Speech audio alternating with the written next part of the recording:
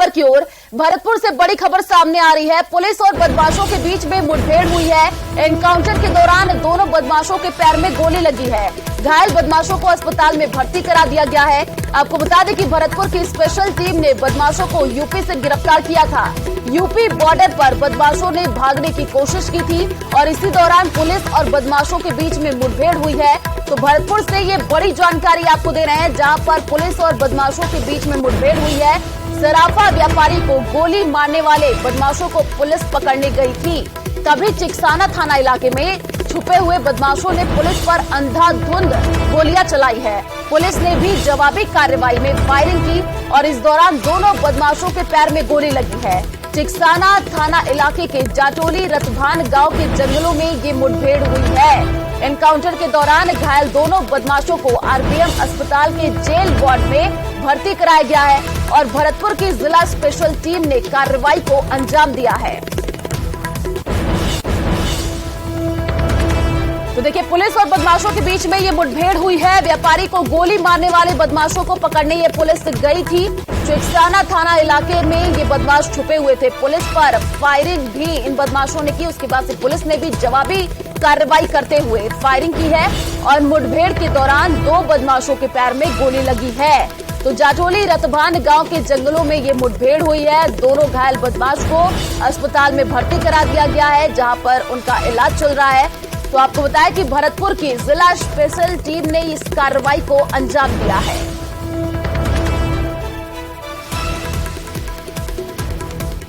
तो भरतपुर से ये बड़ी जानकारी आपको दे रहे हैं, जहां पर पुलिस और बदमाशों के बीच में मुठभेड़ हुई है और बदमाशों ने पुलिस पर फायरिंग की। उसके बाद से पुलिस ने भी कार्रवाई करते हुए यहां पर फायरिंग की है। और इसी खबर पर ज्यादा जानकारी के लिए संवाददाता दीपक पुरी हमारे साथ लाइव जुड़ चुके हैं। दीपक, देखिए, यहां पर पुलिस और बदमाशों में मुठभेड़ देखने को मिली है। उसके बाद से बदमाशों ने पुलिस पर गोलियां चलाई। पुलिस ने भी जवाबी कार्रवाई करते हुए गोलियां चलाई है। उसके बाद से अभी वो जो दो बदमाश घायल बताए जा रहे हैं, क्या जानकारी अभी इस पूरे मामले को लेकर के?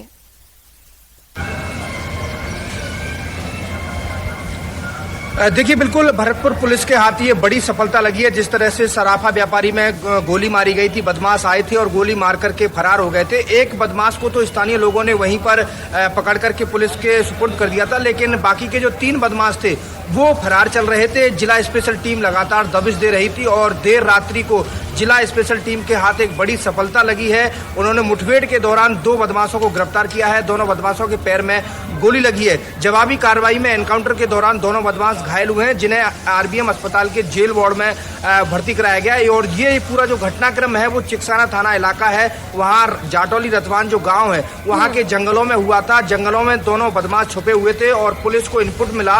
पुलिस ने वहाँ पर दबिश दी और दबिश के दौरान जब बदमाशों को पता लगा कि पुलिस हमारा पीछा कर रही है, तो बदमाशों ने पुलिस पर फायरिंग की और फायरिंग के बाद वहां से भागने की कोशिश की। लेकिन जिला स्पेशल टीम के जो जवान हैं और उसके जो टीम के जो नेतृत्व कर रहे हैं मुकेश कुमार सीआई हैं, उन्होंने लगातार उनका पीछा किया और मुठभेड़ के दौरान दोनों बदमाशों को धर दबोचा। लेकिन इस दौरान दोनों बदमाशों के पैर में गोली लगी। पुलिस उन्हें रात को लेकर के आई और अस्पताल में भर्ती कराया गया। अस्पताल में फिलहाल जेल बोर्ड में उनको भर्ती कराया गया है। जेल बोर्ड के बाहर पुलिसकर्मी तैनात किए गए और अब जैसे ही लगातार उनकी तबीयत में सुधार होगा दोनों बदमाशों की में, तो उनसे पूछताछ की जाएगी कि और कौन कौन लोग उनके साथ शामिल थे। और एक जो अन्य दूसरा आरोपी भी फरार चल रहा है, उसकी भी लगातार गिरफ्तारी के प्रयास किए जा रहे हैं। देखिए, ये बड़ा संवेदनशील मामला था। जिस तरह से दिन दहाड़े बाजार में सराफा व्यापारी को गोली मारी गई थी, उसके बाद व्यापारियों में रोष था। व्यापारियों ने अलग अलग तरीके से प्रदर्शन किया और पुलिस पर दबाव बनाया था कि जल्द ही जो आरोपी हैं उनको गिरफ्तार किया जाए, अन्यथा बाजार को बंद करके जो एक बड़ा प्रदर्शन है वो किया जाएगा। पुलिस के लिए इन बदमाशों को पकड़ना एक चुनौती बनी हुई थी, लेकिन उस चुनौती को स्वीकार करते हुए पुलिस ने इन बदमाशों को गिरफ्तार किया है और मुठभेड़ के दौरान इन बदमाशों को गिरफ्तार किया है। पुलिस के जो अधिकारी हैं जिन्होंने इस कार्रवाई को अंजाम दिया, उनसे हमारी बात हुई थी तो उनका कहना है कि जैसे ही सूचना मिली थी तो सूचना पर दबिश दी गई। दबिश के दौरान दोनों बदमाशों ने, शायद हो सकता है इनके साथ और भी लोग हों, उन्होंने भागने की कोशिश की और भागने की कोशिश में उन्होंने पुलिस पर फायरिंग की। जवाबी कार्रवाई में पुलिस ने भी इधर से फायरिंग की और उनको दोनों को धर दबोचा और बाद में उनको लेकर के यहाँ पर आए और अब इनसे लगातार पूछताछ की जाएगी। इनका जो एक साथी है जितेंद्र, उसको उसी दिन गिरफ्तार कर लिया गया था, स्थानीय लोगों द्वारा पकड़ करके पुलिस के हवाले किया था। उससे पूछताछ के बाद ही इन दोनों के नाम सामने आए, जो 3 अन्य बदमाश थे उनके नाम सामने आए और पुलिस ने फिर इस कार्रवाई को अंजाम दिया गया। ये जो बदमाश है वो मथुरा जिले का जो राया थाना इलाका है वहां के रहने वाले थे और इनपुट के आधार पर पुलिस लगातार दबिश दे रही थी। और फिलहाल अब पुलिस का ये भी कहना है कि कौन कौन इस पूरे घटनाक्रम में शामिल थे, इस घटनाक्रम को क्यों अंजाम दिया गया था, इसकी वजह क्या थी, क्या कोई पुरानी रंजिश थी या फिर ये लूट के इरादे से सराफा व्यापारी की दुकान पर आए थे, इन सभी चीजों की जो पूछताछ है वो की जाएगी। फिलहाल उनका दोनों बदमाशों का इलाज चल रहा है और बताया जा रहा है कि जो घुटने हैं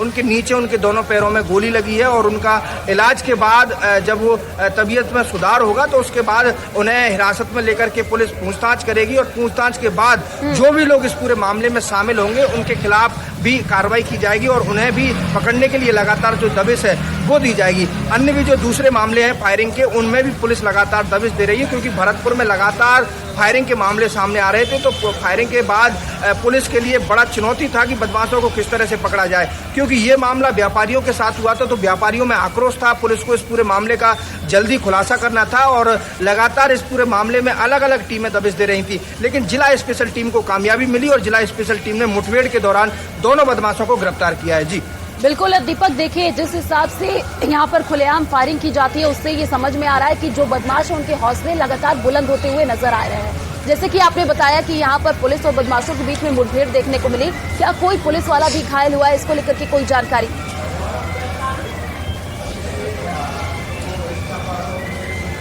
देखिए, इसको लेकर के जानकारी ये है कि इस पूरे घटनाक्रम में किसी भी पुलिसकर्मी को चोट नहीं आई है और ना ही कोई गोली लगी है। बड़ी सावधानी से पुलिसकर्मियों ने इस ऑपरेशन को अंजाम दिया है क्योंकि जब बदमाश उधर से गोलियां चला रहे थे तो छिपते हुए जो पुलिसकर्मी हैं उन्होंने घेराबंदी की और दोनों तरफ से बदमाशों को धर दबोचा। ये बड़ी सावधानी पूर्वक इस ऑपरेशन को अंजाम दिया गया और उसके बाद सफलता मिली कि दोनों बदमाशों को पुलिस ने गिरफ्तार किया है और दोनों बदमाशों से अब लगातार पूछताछ की जाएगी। ये वो बदमाश हैं जिन्होंने दिन दहाड़े सराफा व्यापारी पर गोली चलाई थी और गोली कांड में सराफा व्यापारी गंभीर रूप से घायल हुआ था, जिसका अभी अस्पताल में इलाज चल रहा है। उसके बाद सभी व्यापारियों में रोष था कि बदमाशों को जल्द से जल्द पकड़ा जाए, नहीं एक बड़ा आंदोलन भरतपुर के अंदर बाजार को बंद करके किया जाएगा। लगातार पुलिस जो है वो दबिश दे रही थी और देर रात को ये बड़ी सावधानी पूर्वक ऑपरेशन किया गया कि बदमाशों को पुलिस द्वारा पकड़ा गया और लेकिन एक भी पुलिसकर्मी के कहीं भी चोट नहीं आई। दोनों बदमाश मुठभेड़ के दौरान घायल हुए जिनका अस्पताल में इलाज जारी है। पुलिस जाती है, डीएसटी की टीम के जवान जो है वो चारों तरफ से घेराबंदी करते हैं। जो जाटौली रतवान गांव है चिकसाना थाना इलाके में, वहां के जंगलों में ये छुपे हुए थे।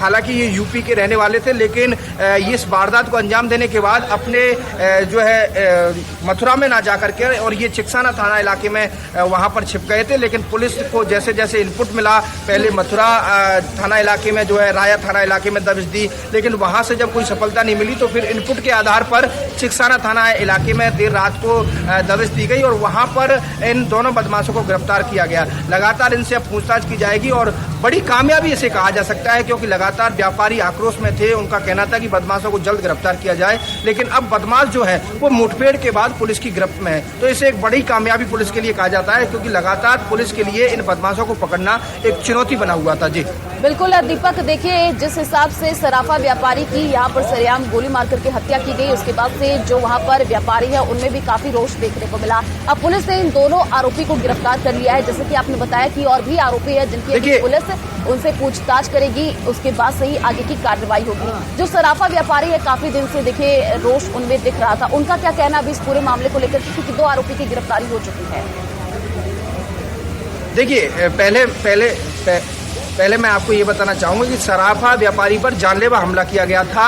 इस दौरान सराफा व्यापारी घायल हुए थे जिनका अस्पताल में इलाज चल रहा है। यानी कि सराफा व्यापारी जब अपनी दुकान में बैठे थे तो उन पर बदमाशों द्वारा जानलेवा हमला किया गया था। जानलेवा हमला में उनके जो पैर है उसमें गोली लगी थी और उनका गंभीर हालात में अब अस्पताल में इलाज चल रहा है। और लगातार जो अन्य व्यापारी थे, अन्य संगठन थे, व्यापार संगठन, उनका कहना था कि अगर बदमाशों को 3 दिन के अंदर या 2 दिन के अंदर गिरफ्तार नहीं किया जाता है तो एक बड़ा आंदोलन यहाँ पर किया जाएगा। और उन्होंने बाइक रैली निकाल करके प्रदर्शन किया था, बाजार को बंद करके प्रदर्शन किया था। और कल भी रक्षाबंधन के दिन भी जो सराफा व्यवसायी हैं उन्होंने अपने प्रतिष्ठानों को बंद रख करके प्रोटेस्ट किया था और लगातार आरोपियों की गिरफ्तारी की मांग मांग की थी। तो लगातार पुलिस के लिए एक चुनौती था, क्योंकि बाजार बंद होना आम लोगों के लिए परेशानी होती है बाजार से।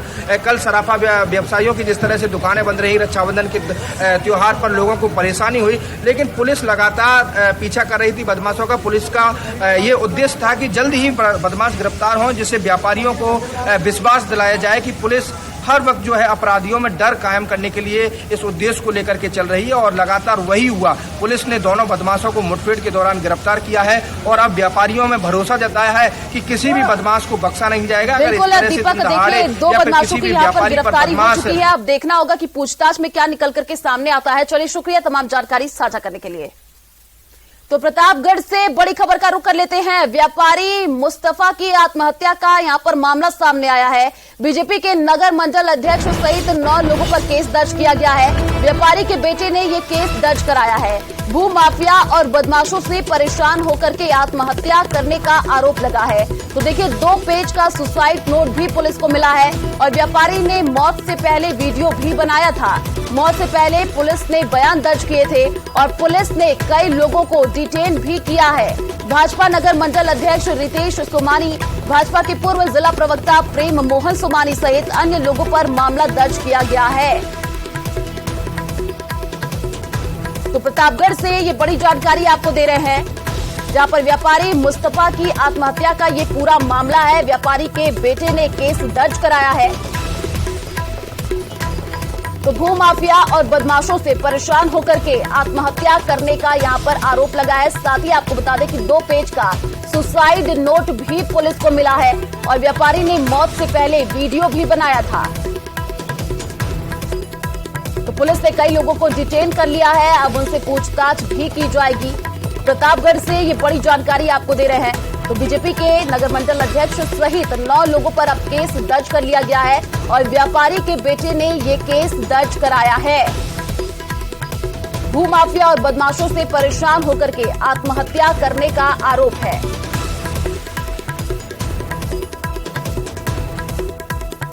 तो रागौर से